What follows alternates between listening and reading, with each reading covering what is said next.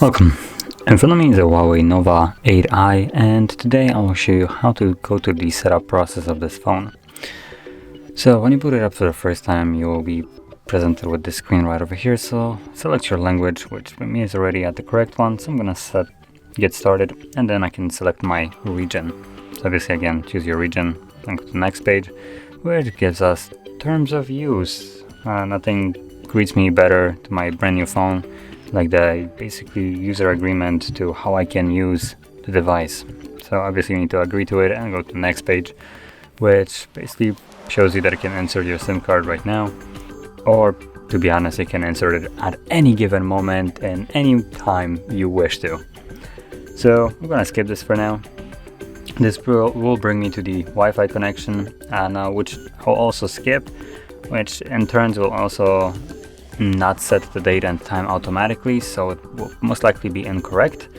And normally on every other device it would also skip the Google login page, but this is Huawei, so we ain't got no Google here. So anyway, I'm gonna skip this. It gives us some information that by not logging in we also won't be able to use health, find the device, and cloud. So all the Xiaomi applications which require you to log in with the Xiaomi account. I wasn't planning to do that anyway, so it doesn't really matter.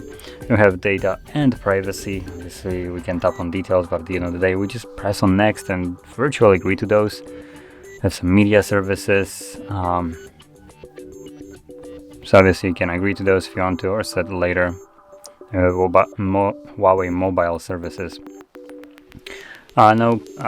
This is shown in like such a weird way that it's barely visible, but as you can see we have things like personalized ads, we have ad ID statistics, and there's something at the bottom as well, auto update, and HMS care location, whatever that is.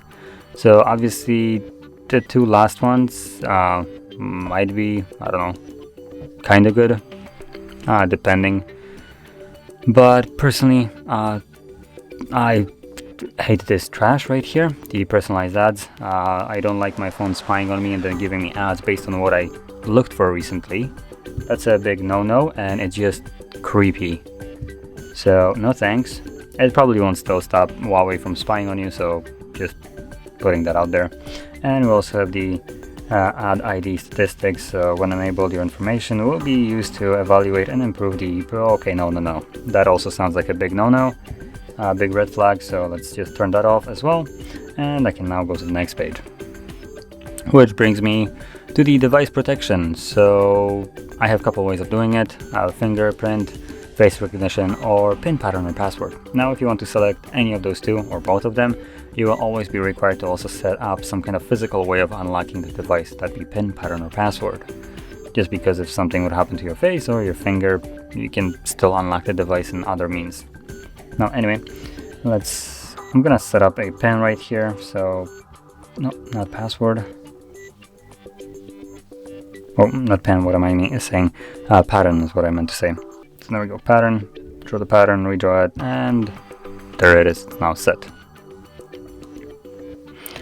So even though I did set up pattern, it still brings me up to set password, which just leaves me with the two other options. So I'm gonna select skip, which keeps the pattern that I set, but just won't add anything else. I have some enhanced services, so obviously you can read exactly what kind of enhanced services you can get, and at the end of the day you can not agree to them if you don't want them. Then you have user experience improvement programs. Again, read, choose which one you want. Share analytics, same.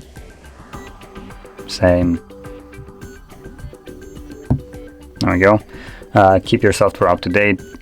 Now this is the tricky one. As you can see, we have enable and continue as the only visible option right here, where you would normally have later, because Huawei decided to put the option that would disagree with this right here in the text, just so it's way harder to see.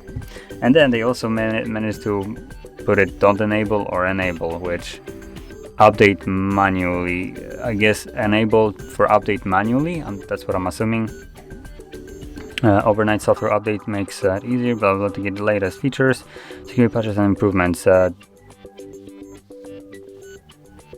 wait, no, it actually refers to this thing. So I think I want to select don't enable. So yeah, as you can see, it's one of those things that it's super confusing for you to actually know what the heck you chosen. So yeah.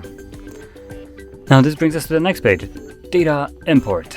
So this basically allows you to move over your old data from a phone. So if you have like an old one, for instance, like I do have here, you can move over the data from this device to this one. And that also includes apps that are not supported by the app gallery right here, because as you probably know, you don't have App Store right here.